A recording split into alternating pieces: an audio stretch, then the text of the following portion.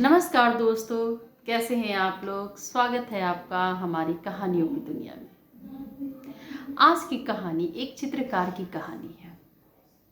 एक चित्रकार कड़ी मेहनत करके एक पेंटिंग बनाता है और उसे मार्केट ले जाता है। वहाँ जाके ऐसी जगह लगाता है जहाँ एक जो है प्रदर्शनी लगी होती है, जहाँ बहुत सारे लोग आते हैं, उसकी चित्रकारी को देखते हैं। और वो वहाँ एक लिख के पर्ची लगा देता है कि आपको अगर मेरी कोई पेंटिंग में कमी लग रही है तो उस स्थान को टिक कर दें। बहुत सारे लोग आते हैं, उसकी पेंटिंग को देखते हैं और जहाँ उस पेंटिंग में कमी देखती है उस जगह पे मार्क कर देते हैं। शाम को वो चित्रकार वापस आता है और अपनी पेंटिंग को देखता है तो देखने के बाद एकदम से उदास और दुखी हो जाता है, क्योंकि उसकी पेंटिंग पे बहुत सारे मार्क किए होते हैं।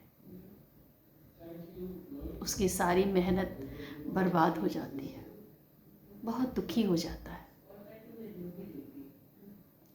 तभी उसका एक वहाँ जो है एक मित्र आता है और उससे बोलता है कि दोस्त, तुम इतने दुखी क्यों हो।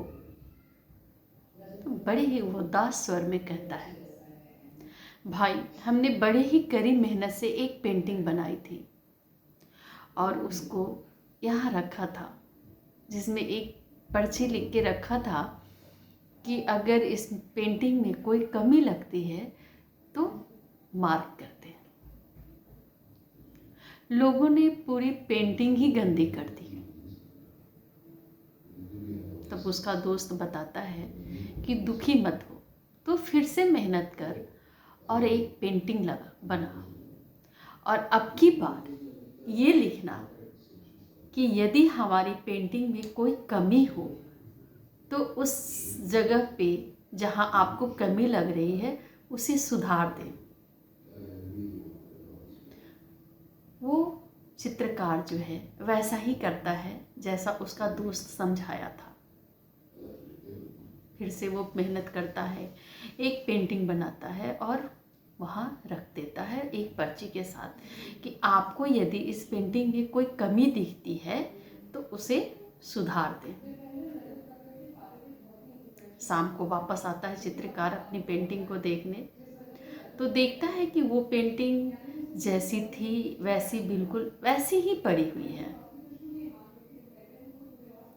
तो ये बात समझते उसे देर नहीं लगती है कि आदमी जो है कमियां निकालने में माहिर होते हैं, पर जब उसे सुधारने की बारी आती है तो वो पीछे हट जाते हैं। पर यदि कमियां निकालने की बात आती है तो 2 कदम बढ़ के बातें करते हैं। तो इस कहानी से हमें यही सीख मिलती है कि किसी में कमियां निकालने के बजाय यदि उसकी कमियों को दूर किया जाए तो ज़्यादा अच्छा होता। पीठ पीछे किसी के बारे में गलत कहना, उसके ऊपर दोष लगाना, तरह तरह की बातें करना कब छोड़ेंगे लोग। बहुत ऐसे लोग होते हैं, धूर्त होते हैं, स्वार्थी, कपटी, बेईमान, जो खुद तो कुछ नहीं करते लेकिन दूसरे के बारे में टीका टिप्पणी करने से बाज नहीं आते।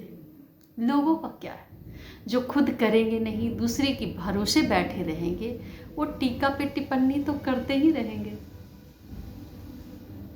तो ये थी हमारी छोटी सी कहानी। कहानी आपको कैसी लगती है ज़रूर बताएं।